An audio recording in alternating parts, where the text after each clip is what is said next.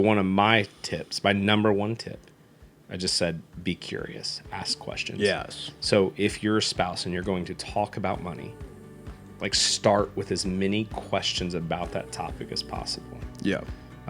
My number two tip is clarify the conversation. Are we talking about money or are we talking about something else? Stop having conversations around money. And the idea here is that we don't talk around it with our spouses, with our loved ones. We talk about it. We talk about it, right? We talk about money, not around it. So I'm going to start with a story. Bill, you're going to tell a story. Story time. And then we'll circle back to talking a few more talking points before we get into like some of our own tips and tricks to effectively communicating to your spouse. So here is a story. Here's my story. All right. There was a boy named Brandon. Many moons ago. Brandon had been away at work, and Brandon comes home, and he sits down, and him and Mackenzie exchange kind of some of those like normal, like, hey, greetings, like welcome home greetings, those icebreaker, superficial exchanges. And then Mackenzie starts to tell a story. And she says, hey, Brandon, Kate from next door remodeled her kitchen. And boy, does it look great. Now, if we just take a quick pause, we can ask ourselves, like, well, the question is, what did you guys listening hear when Mackenzie says, when Mackenzie says, hey, Kate from next door remodeled her kitchen, and boy, does it look great. Yeah. What Brandon heard was, hey, Brandon, Kate remodeled her kitchen, and boy, does it look great. And the reason I'm telling you this is because I want to remodel our kitchen. And Brandon starts immediately jumping into the math calculation. Yeah. The analysis of what this is going to cost. Like, how much is a kitchen remodel?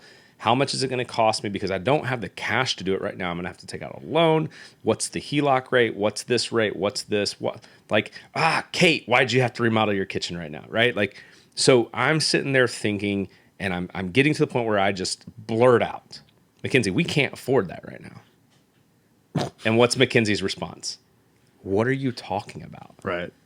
Like, well, what are, and I said, what are you talking? You want to remodel the kitchen? And Mackenzie says, no, that's not at all what I said. Right.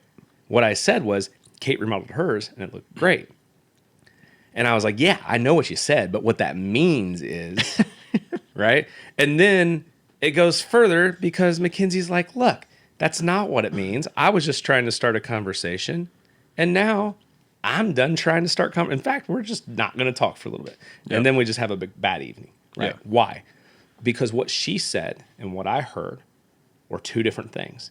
Yeah. And this is not uncommon. It's not uncommon to find ourselves in this place because we're so good at talking around money that as people in a relationship, we have to try to guess when, like, the person's talking around money versus actually just talking about something interesting to them that day. Right?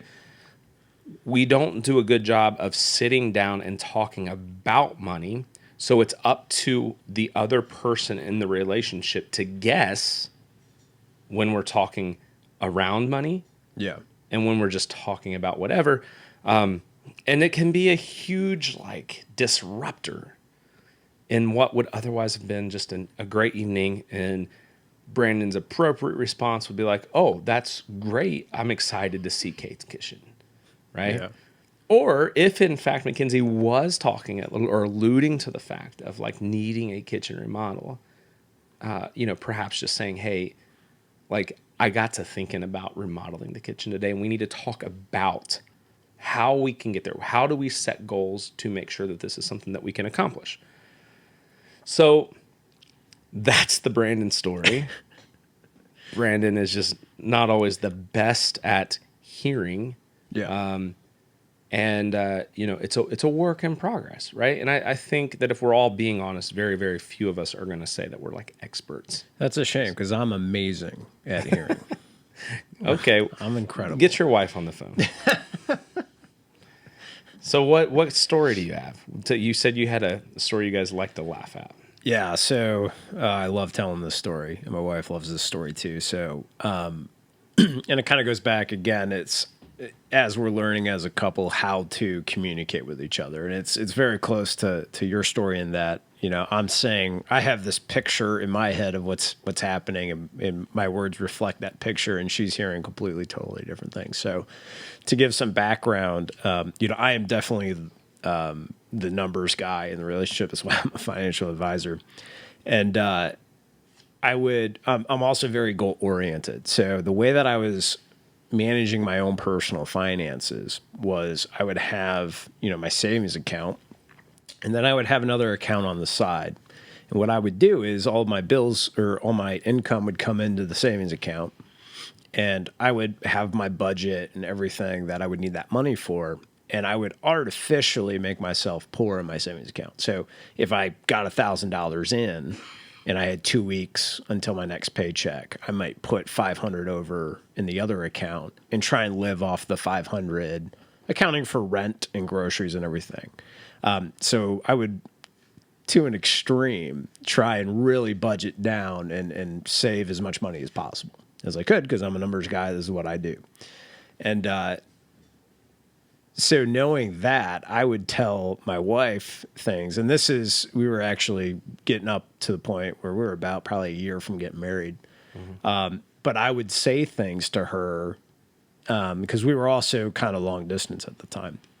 And that's a whole other story. But I would say, she would ask me how things are going, and I would say things to the effect of, "Oh yeah, well I get paid on Friday, and it's Monday, and I've got $50 to make it to Friday." And I'm like, I'm super pumped. And so she is, unbeknownst to me, again, the communication thing. She doesn't know that I have a savings account elsewhere that has, I'm again artificially making myself poor in one account, and right. then, have the emergency fund and whatever else in the other account. And so this all comes to a head at Taco Tuesday, as many things do. And we're sitting there, and we go to Taco Tuesday because it's dollar taco night. And so we're getting our dollar tacos, and she's sitting there, and you can tell when sometimes your partners she's struggling with something and she's a little distressed. She's like, "Man, I just don't really feel like tacos today. I kind of want to get this burrito." And it's like an $8 burrito. I'm like, "Okay, yeah, get a burrito." Well, earlier in that day, I told her, like, "Yeah, I got $60 to make it to Friday, and like, let's go out to eat." She's like, "What in the world?" So she's internally struggling. Like, she keeps bringing up the fact that she wants this burrito instead of tacos. And then it's, "Hey, I want to get a side of rice. Is that okay?" And I'm sitting there going, "Yeah, get whatever you want." Like, we got, because in my mind, I'm like, we've got plenty of money. Yeah. Go get the $8 burrito and some Mexican rice. But all she has heard, and again, I take full responsibility for the inconsistency of communication, but all she has heard is, "Oh my God, he has $60 left in his bank account," is all he's heard. And so we get done with dinner, and she's like still talking about the burrito thing. I'm like, and I just stopped, and I'm like, "What is going on? I'm like, why are you so wrapped up in this?" She's like, "Because you said we only have $60 left." And I'm like, I start laughing. Like, "You think we're going to be in like a cardboard box like by the end of the week?" She's like, "Yes." And the part that was so funny to us, I was like, "Oh my God, no. I have this other account over here. This is how I do everything. This is how I budget myself and control my tendencies and make sure I'm saving money. This is how much money I have in this account over here." She's like, "Oh my God." I mean, it was like this huge relief. Yes. And I go, "How long have I been doing this to you?" And she's like, "Oh, for years." Oh man. And that drives home the point, right? Like, at that moment, you guys were able to talk about money. Yeah. But for years, yeah, because of probably things that she's seen in her past or just awkwardness. Yeah. Right? We're not trained to be just good at awkward things. Yeah. And so And we weren't married you at talk, that point either. you talk so, around it, right? Yeah. So yeah, mentally torturing her for years is why I laugh, and then she laughs because we avoided a cardboard box on the side of the road. We can probably like all find our own kind of funny, like talking around money stories. Yeah. And we all understand those moments where it's time to talk about money. And if we don't actually do it, because it is awkward and it is hard, like, why is it hard to talk about money? Like, at the end of the day, it's numbers typically on like a budget sheet. It's inflows, outflows, it's paying your bills. It's, we have a goal we need to get to. Why is it so hard? And it's because there's an awkwardness there. And most people, it dates back to when you were a child and you grew up in a house where mom and dad maybe fought about money, or they never talked about money. It was never a household. It was never a family discussion, right? It was behind closed doors. So we're never taught like how to have these conversations.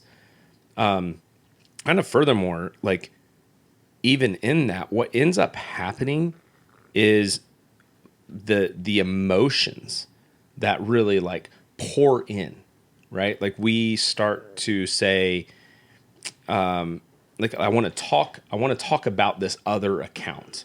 And then when we're talking about the other account, there's actually like the flow of the conversation starts coming in, like emotions, right? I was nervous to bring this up because I really thought you'd be embarrassed by only having $50 in your account. Yeah. So I didn't want to bring it up. Yeah. Like, because now all of a sudden you realize, oh, she felt emotionally like distraught about making you feel bad. So she lived with the fear of thinking you guys were going to run out of money. Yeah. So these are all kind of problems with it. Money gets emotional, right? And it's hard. It's really, really hard to be like, to go to willingly walk into a conversation where we might have to be vulnerable, where we might have to feel exposed, where we're going to have to like share some of our skeletons in our closets and really talk about some of the mistakes that we've made. We did a show just about maybe a month or two ago on like talking to your spouse about money. So we talked a lot about this then. You can go listen to that show too. But the idea of like, when is the right time to actually start having financial conversations? And some of the research out there suggests that most so one funny thing is, I don't know if it's funny, but one realization I had is it was somewhere around, I think, like 58% of people think that financial infidelity is worse or equal to actual infidelity in a marriage. Wow. So what that means, if you take a step back and be like, okay, well, 58%, so half people. Yeah, that means if you think that financial infidelity isn't that bad, like you can keep financial secrets from your spouse, you're the other person at 58%, it's probably statistically true that your spouse is the other person that thinks that is also just as bad as like cheating on your spouse. Right. So we have to understand, like, talking about money is emotional, it's hard, it's awkward, and it can also be like very, very, like, it can expose a lot of things. Sure. So how do we do it? Yeah. What's your thoughts? How do you talk to your, like, what are some tools or tactics that you and your spouse have that you guys can have healthy conversations around money? Yeah. Well, excuse me.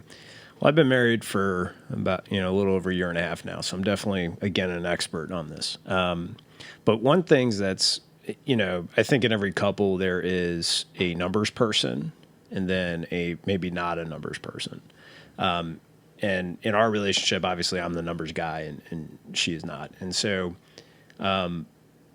although she's very, very smart and great with money.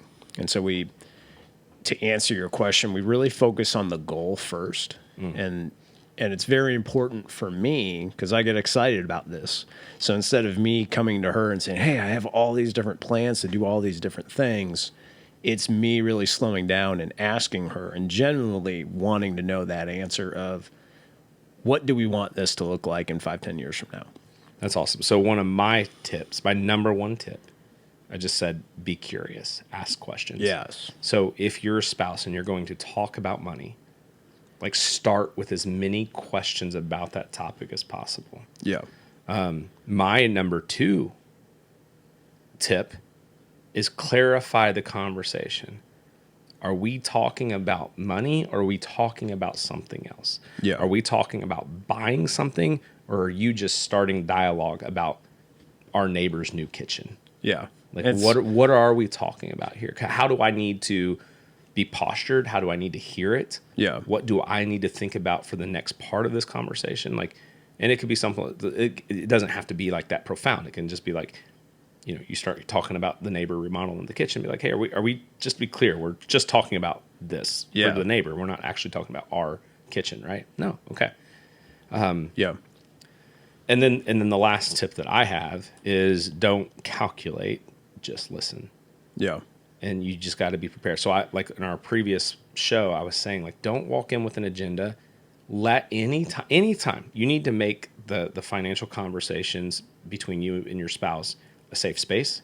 So be judgment free, be full of forgiveness and lots of empathy, because we've all had those money missteps in our past. Yeah. And if they're coming to you saying, hey, like, we're a year into this relationship, we're 6 months into this relationship, and I need to tell you something. Like, I have a massive amount of credit card debt, or, before at this point in my life, I made some decisions and had to do some things, and now I have this like gigantic loan. Or Right. I'm coming to, like, in college, I was kind of I joked around a lot, didn't take it too serious, and I have a lot of college debt. Yeah.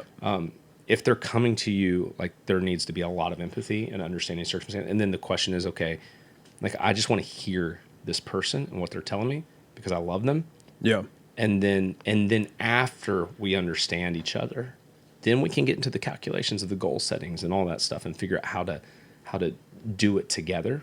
Well, right. Any thoughts? No, I think that's good. Just more clear communication is kind of the key, not only to money, but I think everything else, and it's whether it's, one of my fun things to do is, do you want me to fix it, or do you want me just to listen to what you're saying? And, that kind of goes back to your kitchen remodel thing, is like, what are we actually doing here? Yeah. What are you requiring anything from me, or are we just talking? And if you want to be proactive, you could go into that conversation letting your partner know, like, hey, I'm going to tell you this story, but I really want you to know when we get there, like, we need to talk about what it's going to cost to remodel our kitchen too. Right. So you can prepare this That's person. super proactive. Yeah. Send a read ahead text. Be like, hey, tonight we're going to talk about this. That's an insumptive close that we call that. Like, we're going to remodel the kitchen. I'm just going to tell you a story first. Yeah. There you go. Guys, that's really the nuts and bolts of this Sunday series email. Stop wasting time. Stop creating more distance in your relationship, but also stop creating more distance between you and your spouse, where you're at currently, and your goals, because you're just spending time like talking around money, and then instead of like being diligent, being prudent, and facing some awkwardness and just having the conversations about money. There are lots of books, lots of people that will help you, couples counseling, all that stuff. But that's something that we can do too, is be that person in the room that can kind of facilitate the conversation and be there to aid progress whenever money is just a hang up between, because it's one of the leading reasons why people get divorces. So if you spend your whole relationship life talking around it, chances are it's going to become this big monster that could have some really sad effects that nobody wants. So face the awkwardness and have the conversations, and that's all I got.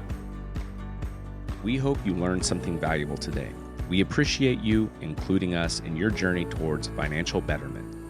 It is important to us that you know this is for educational purposes only, and not to be considered specific advice for any individual listener. If something we discussed is relevant to you, and you have questions about how it might be uniquely applicable to you, please discuss that with a financial professional, or, of course, we are happy to have further conversations with you about your specific questions, needs, or circumstances. We welcome you to reach out to us via our website, harpethwealthpartners.com, or by emailing Brandon at bmc@harpethwealthpartners.com. Securities are offered through LPL Financial, member FINRA SIPC. Investment advice is offered through Private Advisor Group, a registered investment advisor. Private Advisor Group and Harpeth Wealth Partners are separate entities from LPL Financial. The opinions voiced in this material are for general information only and are not to be intended to provide specific advice or recommendations for any individual. To determine which strategies or investments may be suitable for you, consult appropriate qualified professionals prior to making a decision. Investing includes risk, including fluctuating prices and loss of principal. No strategy assures success or protects against loss. All performance referenced is historical and is no guarantee of future results. All indices are unmanaged and may not be invested into directly. Hypothetical examples presented are not representative of any specific investments. Your results may vary. We want to thank you for your time, and we look forward to having you back next week.